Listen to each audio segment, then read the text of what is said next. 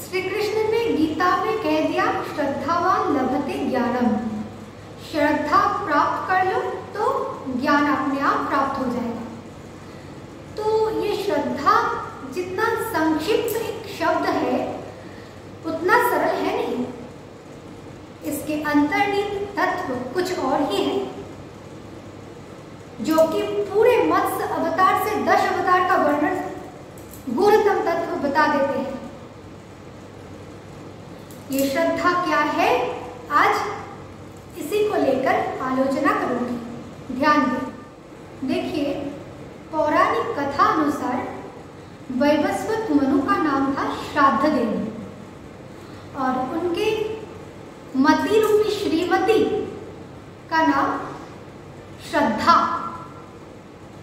तो इसी से एक संकेत मिलता है कि जिसका बुद्धि रूपी मति रूपी बुद्धि श्रीमती श्रद्धा रूपी बन गया और वो मनुष्य स्तर में पहुंचे हैं, केवल वही तत्व श्रद्धा बन सकते हैं। श्रद्धा और श्राद्ध दोनों में एक ही अक्षरों का समन्वय है। एक दृष्टिकोण से देखिए, श्रद्धा में तोड़िए श्रद्धा। ये शरद यानी कि तीक्ष्ण बाण जो सुषुम्ना नाड़ी को भेद करते हुए षट चक्र भेदन करते हुए सहस्रार की ओर ले जाते हैं कुंडलिनी शक्ति को प्राणवायु के सहित। बाण निशाना है सहस्रार अथवा ब्रह्म वस्तु शिव। तो उस पर धावित होने वाले तत्व है श्रद्धा। देखिए, श्रद्धा मतलब मंदिर जाना, घंटी बजाना, वो फूल चंदन चढ़ाना, अगरबत्ती दिखाना, ये सब है नहीं। ये भ्रांत धारणाएं मन से निकाल दीजिए। श्रद्धा तो यही है जो महापुरुष स्थित प्रज्ञ पुरुष स्थित प्रज्ञ अपने को सत्य में स्थिर किया, सत्य के व्रति लेकर जी रहे हैं, वो सत्यव्रत मनु ही श्रद्धावान कहने के योग्य है।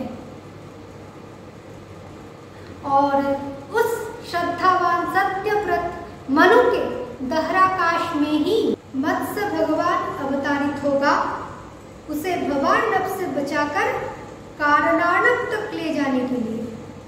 अब शास्त्र के अनुसार इसी प्रलय को नैमित्तिक प्रलय कहा गया है।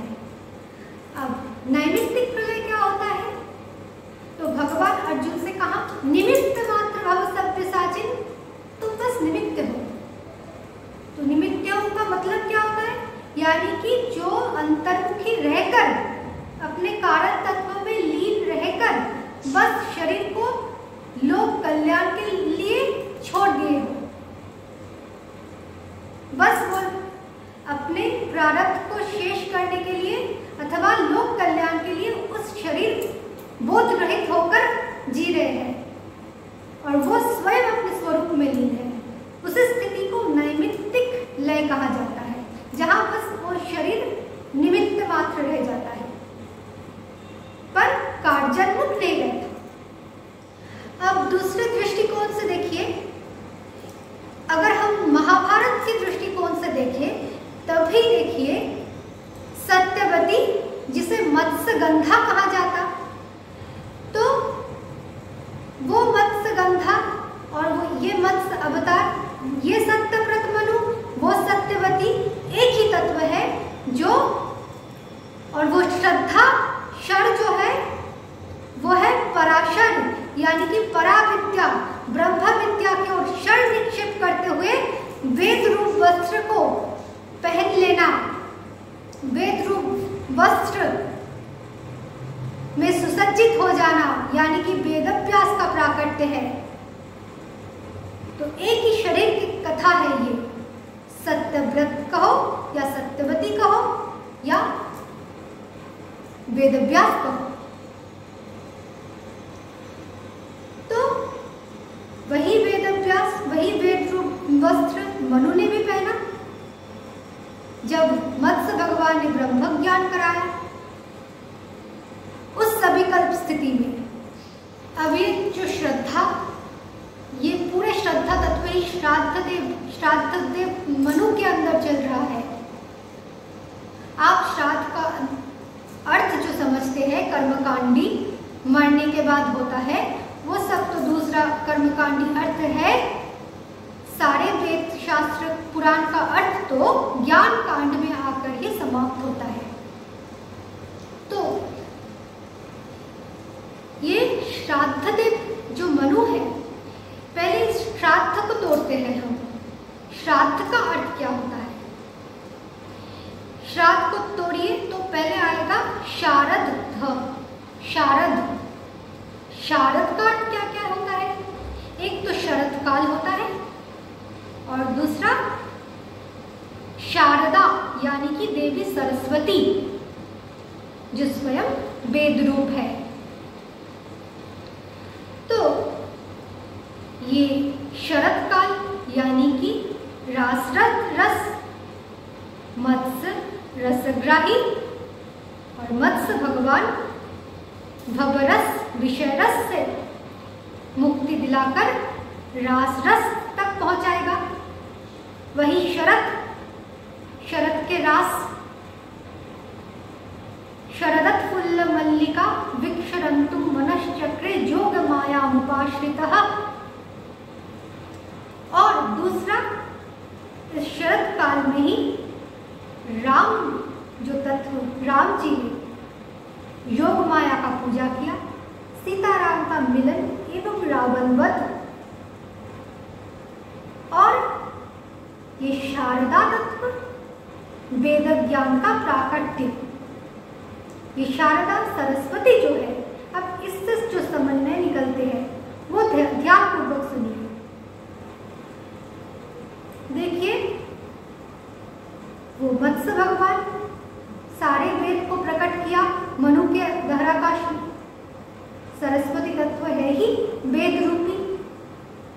अब सविकल्प स्थिति, अभी मैंने कहा ये मनुस्थिति है जिसमें वेद ज्ञान को धारण कर सकता है कोई, फिर बाहर निकल सकता है, निमित्त मात्र रहकर बाहर आ सकता है। और सरस्वती, फिर तोड़िए सरस युक्तवती यानी कि साकार रस, सविकल्प रस युक्त, ये तत्व है सरस्वती तत्व।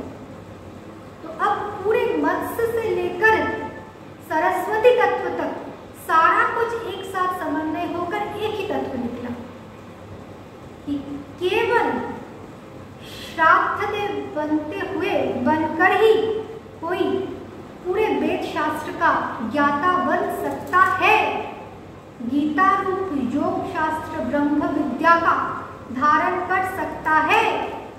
उससे पहले कोई श्रद्धा कर ही नहीं सकता। और गीता में भी देखिए, भक्ति योग के भी बहुत बाद है, बाद में आया श्रद्धा त्रय विभाग योग।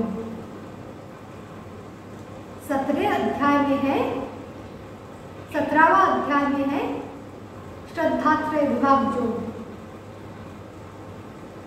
तो जिसके लिए पूरे जगत मर गया है, मर चुका है,